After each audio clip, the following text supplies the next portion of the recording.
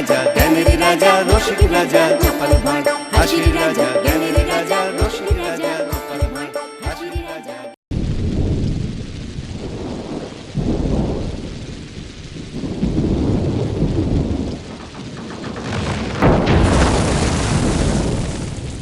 ওরে বাবা, এর কেমন ঝড় এলো রে, সব উড়িয়ে নিয়ে চলে গেল। মাথা বাঁচাবো আরে না ঘরের জিনিসপত্র বাঁচাবো, আরে কোনটা ছেড়ে কোনটা বাঁচাই এই বুঝতে পারছি না। উফ, আমাদের সর্বনাশ হয়ে গেল, সব শেষ হয়ে গেল, সব শেষ হয়ে গেল।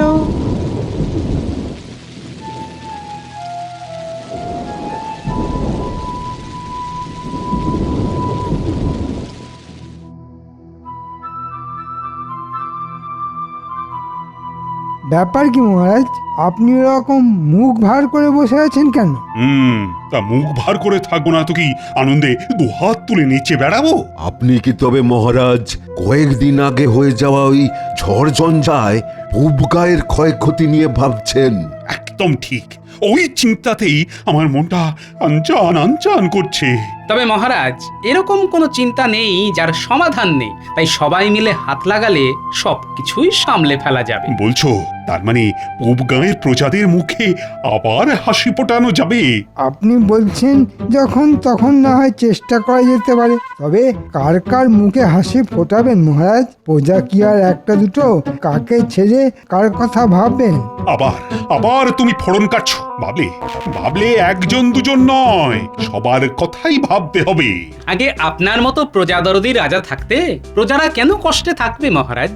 আপনি তাড়াতাড়ি ওখানে ত্রাণ পাঠানোর ব্যবস্থা করুন। শুনলাম ফসলেরও বিশাল ক্ষতি হয়েছে ওই পূব গায়ে, সেটাও তো খোঁজ নিয়ে দেখতে হবে। আমার তো মনে হয় শস্যের যা ক্ষতি হয়েছে তাতে এবারের মতো ওখানকার প্রজাদের খাজনা মকুব করে দিলেই ভালো হয়। অতি উত্তম প্রস্তাব। তবে ওই ত্রাণ বিলির ব্যাপারে একজন কাউকে তো দায়িত্ব নিতে হবে। তা গোপাল যখন ভাবনা চিন্তা করছে তখন গোপালই না হয়। না না, এ কি বলছেন মহারাজ? গোপালের কাজ হলো মাথা ঠান্ডা রেখে বুদ্ধি বের করা। রোদে জলে ঘুরে ত্রাণ বিলি করা ওর কি মানায়? সেই কাজের জন্যে ছাই ফেলতে ভাঙাগুলো এই আমি যখন আছি তখন আমি না হয় সব কাজ সামলে দেব, আর সেই তালে ঘোলা জলে মাছটাও ধরে নেব। হ্যাঁ, তবে মন্ত্রী না হয় ওদিকটা দেখুক। একটু পরিশ্রম হলেও প্রজাদের কথা ভেবে আমি না হয় হাসি মুখে এটা মেনে নেব। কর্মই তো আমার ধর্ম। বাবা, মন্ত্রীমশাই যেমন নিজে আগ বাড়িয়ে সব দায়িত্ব নিজের কাঁধে নিলেন, তাতে তো মনে হচ্ছে ওর অন্য কোনো উদ্দেশ্য আছে। তবে তুমি চিন্তা করো না গোপাল, আমি যাই করি না কেন তোমার নাম নিয়েই করব। প্রজাদের মুখে মুখে তোমার নামই ঘুরবে। নাম তোমার হোক, আমার তো শুধু কাম নিয়ে কথা। না না না না, অতিভক্তি চোরের লক্ষণ। লক্ষণ তো আমার ভালো ঠেকছে না। তবে এখনই কিছু না বলে বরং দেখি মন্ত্রীমশাই কি জিলিপি ভাজেন, পরে না হয় চেখে দেখবো সেটা মুচমুচে হলো না নেতা নে।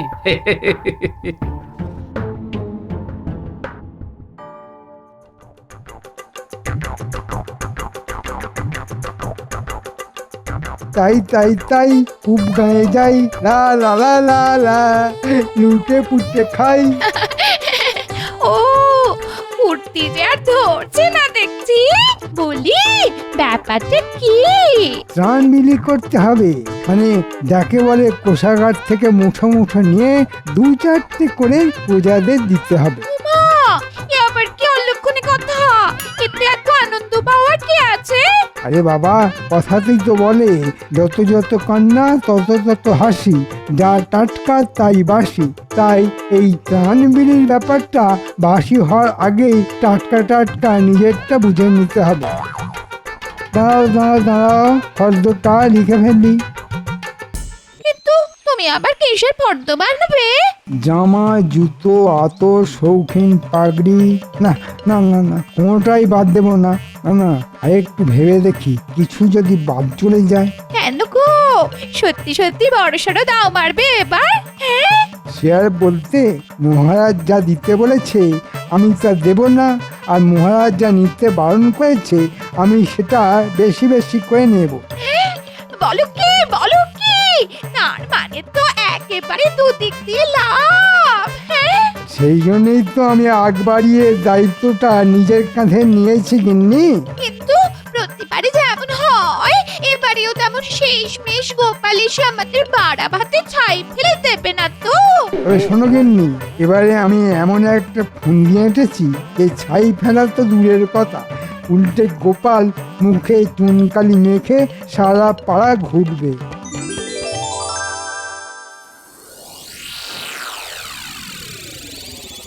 ওরে ঘটা, দেখ দেখ মন্ত্রীমশাই কেমন মাথার ঘাম পায়ে ফেলে সারা গ্রাম চক্কর কাটছে। কেষ্ট পেতে গেলে ওরকম একটু আধটু কষ্ট করতে হয়, এটার দেখার কি আছে? তার মানে তুই বলছিস এই তালে মন্ত্রীমশাই ভালো মতোই ট্যাগ ভারী করবেন? হ্যাঁ, শুধু বলছি না, মনে মনে তাই চাইছি। এই যে মানিক জোর, তখন থেকে শুধু খাই খাই করছিস, কিন্তু কি করলে সাপও মরবে অথচ লাঠিও ভাঙবে না সেটা ভেবে বের করতে পারলি? আমাদের যদি অত বুদ্ধি থাকতো তবে কি আর আপনার পেছন পেছন ঘুরতাম? হ্যাঁ? অনেকক্ষণ ধরে তোদের বক বক শুনছি, এবার কাজ করে দেখা। তোরা গ্রামবাসীদের আমার আসার খবর দে গিয়ে, তারপরেই আমি যা ঘোষণা করার করব।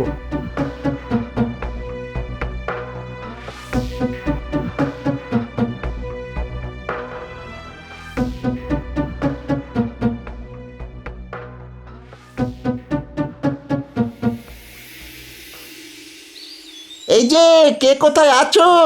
মন্ত্রীমশাই নিজে এসেছেন তোমাদের কথা শুনতে, চটপট চলে এসো, এসো এসো।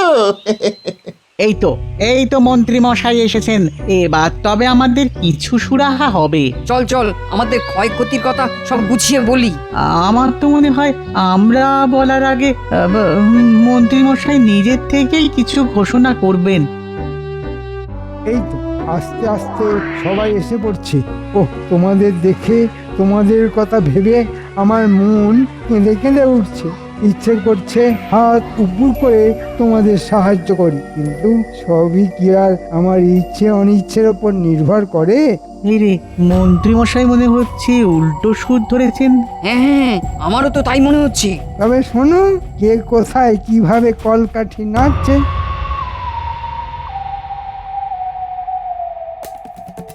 গোপাল দাদু, গোপাল দাদু, ও দাদু,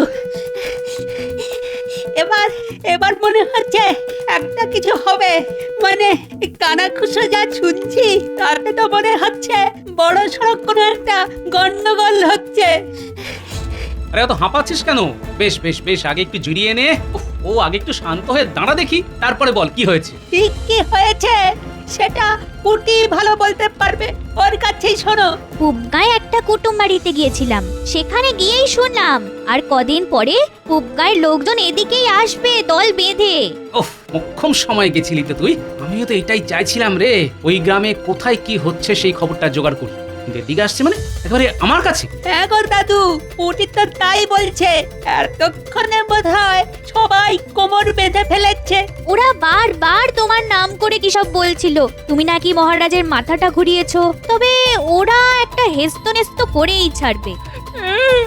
ওগো, এরা আবার এসব কি বলছে গো?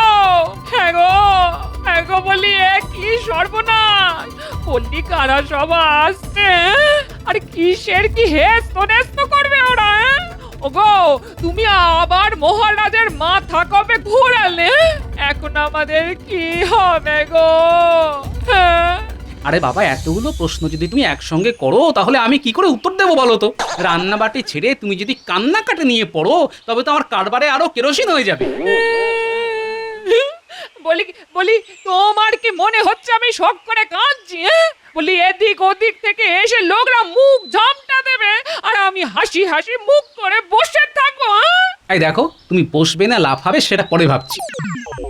এই শোন, তোরা আরেকটু খুলে বল দেখি ব্যাপারটা কি। ব্যাপার কিছু বুঝতে পারিনি, কিন্তু পুবগাঁয়ের বেশ কয়েকজন একসঙ্গে জড়ো হয়ে বলাবলি করছিল এখনই তোমায় এসে সব বলবে। মন্ত্রীমশাই ত্রাণের অর্থ দিতে পারছেন না, আর এর পেছনে তুমি নাকি পালের গোদা।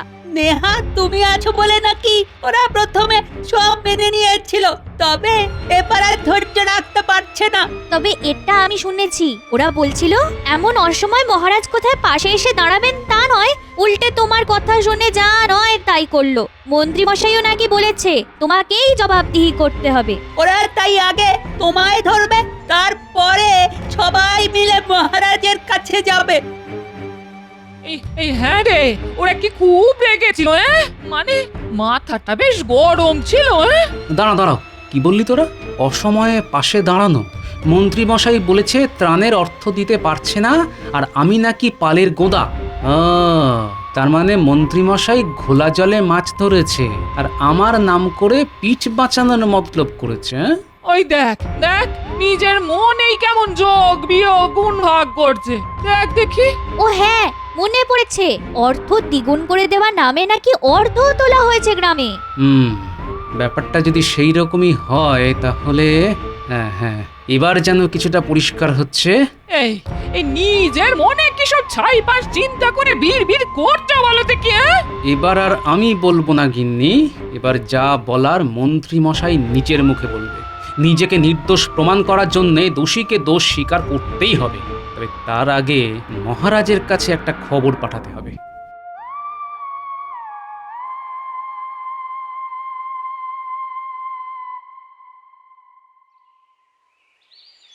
সেই কখন থেকে অপেক্ষা করছি, তবু গোপালের তো টিকিরও দেখা নেই। টিকি থাকলে তবে তো দেখবেন মহারাজ।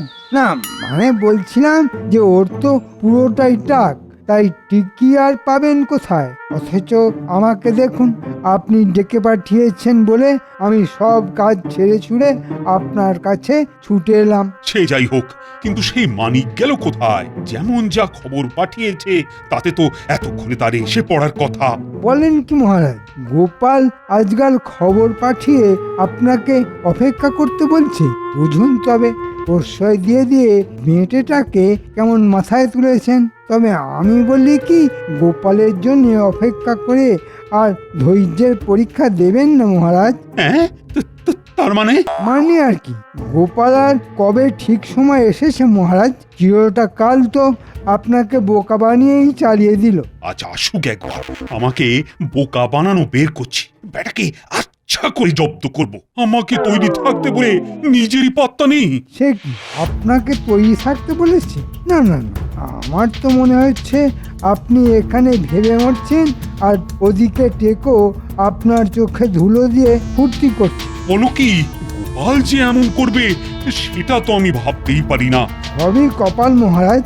আমার তো রাজ্যের লোকেদের কথা ভেবে ভেবে ঘুম ছুটে যাচ্ছে, আর গোপাল কোথায় পালিয়ে পালিয়ে বেড়াচ্ছে।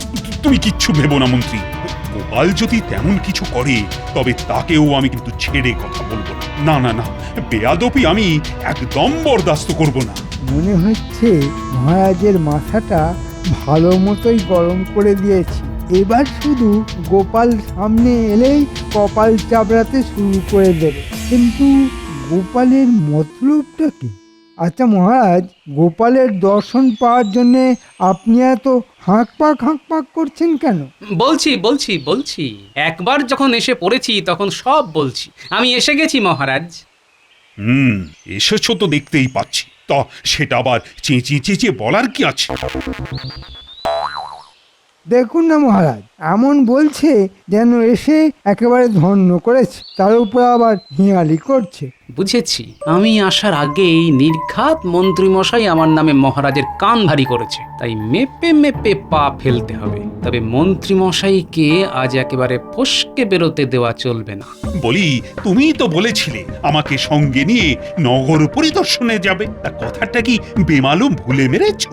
না ভুলিনি মহারাজ, তবে ভুলভাল যাতে না হয়ে যায় তাই একেবারে মাপজোপ করে এলাম। মানে কোথায় কোথায় যাব আর কি দেখব। ওহো, তাই বলো? না না না না, তোমার কাজ মানে তো একেবারে পাকা কাজ।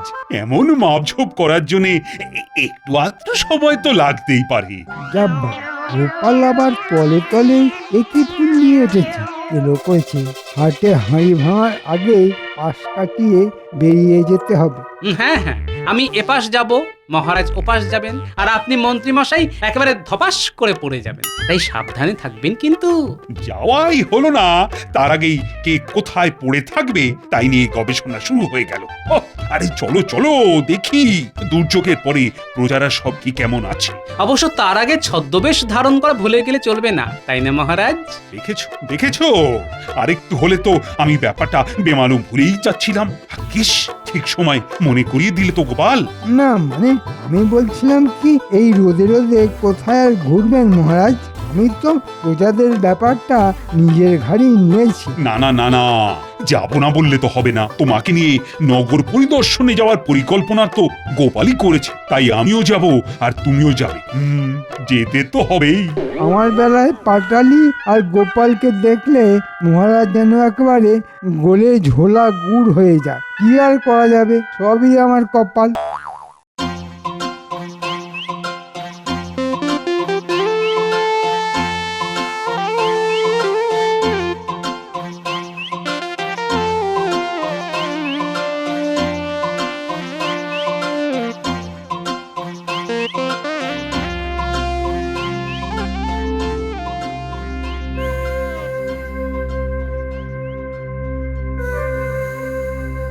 কেমন কি দেখছেন মহারাজ?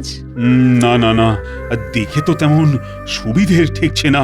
সবাই যেন কেমন মুখ ঝুলিয়ে আছে। তাই তো, কেমন ফ্যাল ফ্যাল করে তাকাচ্ছে। এই যে এটা একটা পূব গাঁ, গোপাল তো বেছে বেছে এমন জায়গায় আনলো মহারাজকে যেখানে সবাইকে গোপালের নাম করে আমি টুপি পরিয়েছি।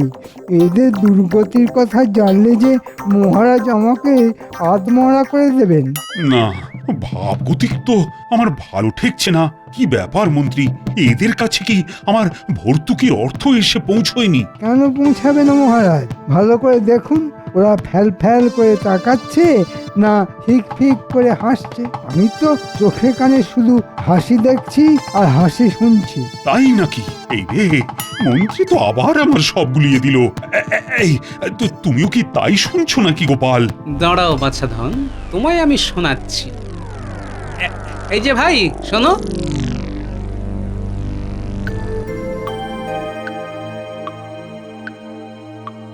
তুমি কি ত্রাণের অর্থ পেয়েছো? ত্রাণের অর্থ? সে আবার কি? ওটা খায় না গায়ে মাখে। ধুর, তোমরা যে কি বলো না। এ দেশে নতুন এসেছো বুঝি? মন্ত্রীমশাই আমাদের এসে বলে গেছেন গোপালের কথা শুনে মহারাজ ত্রাণের অর্থ দিতে বারণ করে দিয়েছেন। সে কি কথা, অদ্ভুত ব্যাপার তো। আমি আবার ত্রাণের অর্থ দিতে বারণ করলাম কবে? আর এর মধ্যে গোপালই বা এলো কোত্থেকে? কোথা থেকে এলো আর কিভাবে এলো সেটা তো ক্রমশ প্রকাশ্য মহারাজ। ও ভাই, বলি এমন মনমরা কেন তুমি? মহারাজ যে ক্ষতিপূরণের অর্থ দিলেন তা যথেষ্ট নয় বুঝি? মহারাজ আবার কবে কি দিলেন? উল্টে আমরাই তো খাজনা দিতে গিয়ে সর্বশান্ত হয়ে গেলাম। মন্ত্রীমশাই তো বললেন গোপাল নাকি মহারাজকে বুঝিয়েছে বন্যাই হোক বা খরা, খাজনা আদায় বন্ধ করা যাবে না। এই মন্ত্রী তোমাদের দিতে বললো আর তোমরা দিয়ে দিলে? খালি বানিয়ে বানিয়ে কথা বলা। যাও, পালাও এখান থেকে। না না মন্ত্রী, আমি বেশ বুঝতে পারছি এইভাবে তুমি গোপালের ঘাড়ে তরোয়াল রেখে নিরীহ ঝঞ্ঝা বিধ্বস্ত প্রজাদের লুট করেছো। এখানেই শেষ নয় মহারাজ, চোখ কান খোলা রাখুন, আরো কত কি শুনবেন দেখুন। তোমার পাল্লায় পড়ে মহারাজ আর কত হাঁটাহাঁটি করবে? না না মহারাজ, এইসব সাজানো কথা শুনে কান গরম না করে রাজসভায় ফিরে প্রাণটা ঠান্ডা করবেন। চল। তুমি থামো মন্ত্রী, আমি আজ শেষ দেখে ছাড়বো। গোপাল চলো দেখি আর কার কি বলার আছে।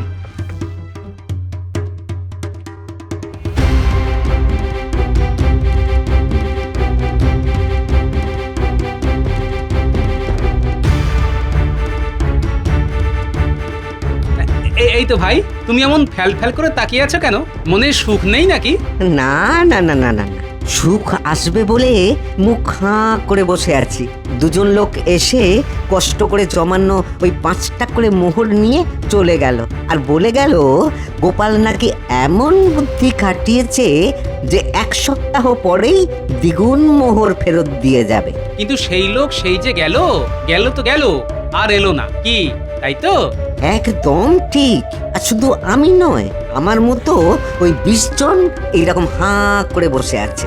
দুটো চোখের পাতাও এক করতে পারছি না, পাছে তারা এসে আবার যদি ফিরে যায়। যত সব গাঁদা খুরি গল্প। বটা ঘটা তো 10 জনের কাছ থেকে মোহর নিয়ে আমাকে দিল, আর এরা সেটা বাড়িয়ে 20 বানিয়ে দিল। বটে, তার মানে শুধু গোপালের নাম ভাড়ানোই নয়, সঙ্গে বটা ঘটাকেও লাগানো হয়েছে এই জালিয়াতির কাজে। এই রে, উত্তেজিত হয়ে মুখ ফসকে কি না কি বলে ফেলেছি। কি না কি নয় মন্ত্রীমশাই, আর কতক্ষণ চেপে চুপে রাখবেন? যেমন ঘি ছড়িয়েছেন তেমনই গন্ধ ছড়াচ্ছে। এখন মহারাজ শুঁকে দেখুন কেমন কি বুঝছেন। আমার আর বুঝতে কিচ্ছু বাকি নেই। গোপালের নামে মেরে হাঁস মন্ত্রী খেয়েছে পুরো মাস।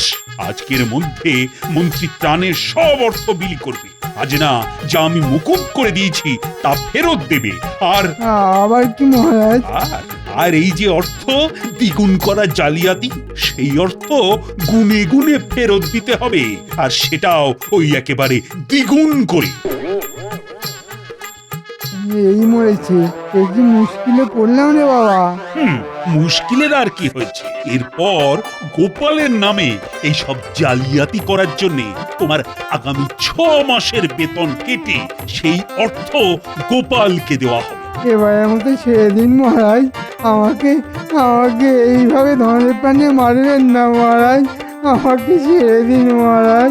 আমি আজই ভেড়া পিটিয়ে জানিয়ে দিচ্ছি, এই সব তোমার কুকীর্তি। এর মধ্যে গোপালের কোনো দোষ নেই। আগেই তো বলেছিলাম মন্ত্রীমশাই, এপাশ নয় ওপাশ নয়, একেবারে ধপাস হয়ে যাবেন। আপনার জালিয়াতি হাতে হাতে ধরা যখন পড়েই গেছে, তখন হাতে গরম শাস্তিটাও যে পেতেই হবে। ঘোলা জলে মাছ ধরবেন অথচ পাক লাগবে না, তাই কখনো হয়? হ্যাঁ।